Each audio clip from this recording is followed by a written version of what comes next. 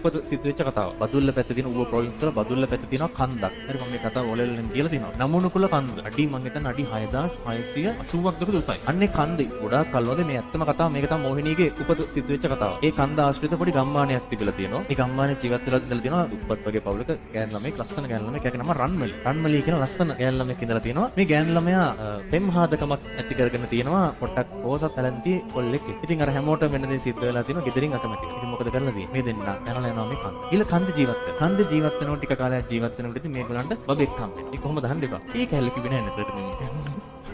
ඒක ඕනේ ඉන්න කොහොමද හම්බුණා. දරුවෙක් හම්බ වෙන පොඩි බබෙක් හම්බ වෙන දැන් චොටි බබා. ටිකක් කල්ලා ඔහම කාලය ගත වෙනකොට මේ කොල්ලටයි මේ හස්බන්ඩ්ටයි මේ පොඩි ළමයාටයි උණ හැදෙනවා. ඒ කියන්නේ කැලෑ උණ කියලා කියන නමක් කමක් නැහැ. නිකන් වෛරස් උණක් හැදෙනවා. බෙහෙත් ජාතිත් හොයාගන්න නැහැ. හැබැයි රන්මලිට මේ ලෙඩේ හැදෙන්නේ නැහැ. මෙයා මොකද කරන්නේ? කන්ද මුදුනට යනවා බෙහෙත් ఔෂධ අරගෙන එන්න. බෙහෙත් පැලෑටි මොනවද අරගෙන කසාය හදලා දෙන්න. මොකක් හරි දෙයකට බෙහෙත් පැල හොයාගෙන එන්න කියලා මෙයා යනවා. අදටත් මේ නමුණුකුල කන්ද ආශ්‍රිතව ඉන්න ලොකු ගෝන්නු. අන්තට්ටු දින ගෝන්නු ඉන්නවා. මේ ගෝනෙක් ඇවිල්ලා මේ ගුහාවට අර පොඩි ළමයාවයි අර කොල්ලවයි ඇනලා පාගලා මරලා දානවා. රන්මලි මේ මුකුත් දන්නේ නැහැ. එයා අර බෙහෙත් පැලෙම ඔක්කොම අරගෙන ආපහු ගුහාවට එනවා. එනකොට මෙයා දකිනවා කොම අවුස්සලා දාලා ගිහින් බලනවා යාගේ සාම්පුරුෂයා ළඟට ඇනලා මරලා. පොඩි ළමයා ගාවට ගිහින් බලනවා ඌවත් පාගලා මරලා. ඊට පස්සේ එයා ආපු දුකට මේ චූටි ළමයාවත් අතට අරගෙන මේ අඩි 6680ක් උඩ කන්ද මුදුනට ගිහිල්ලා ඉතින් පහළට පැනලා සීදී නසා. ඒ සීදී නසා ගන්න වෙලාවේ යාගේ හිතට ඇවිල්ලා තියෙන හැඟීමක්. අපිට මේ දේ සිද්ධ වුණේ අර ගමේ මිනිස්සු අපට විරුද්ධ වෙච්ච ඉඳ කියලා සියලුම මිනිස්සු ගැන වෛරයක් බැඳගෙන තමයි මෙතනින් පහළට පැනලා ගියේ. අදටත් ඒ ආත්මය අර ළමයාවත් වඩාගෙන මේ කන්ද ආශ්‍රිතව සැරිසරනවා. ඒක ඇත්ත කතාවක්. මේ කන්ද යන ඔය කැම්පින් වලට මේ කන්දට යන නමුණුකුල කන්දට කැම්පින් කරන්න යනවා.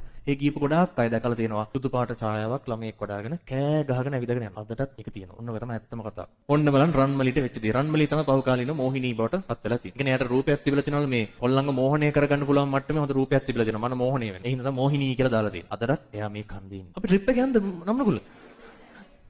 යන්න. ඇත්ත මොහිනී ඉන්න තැනක් තියෙනවා ලංකාවේ.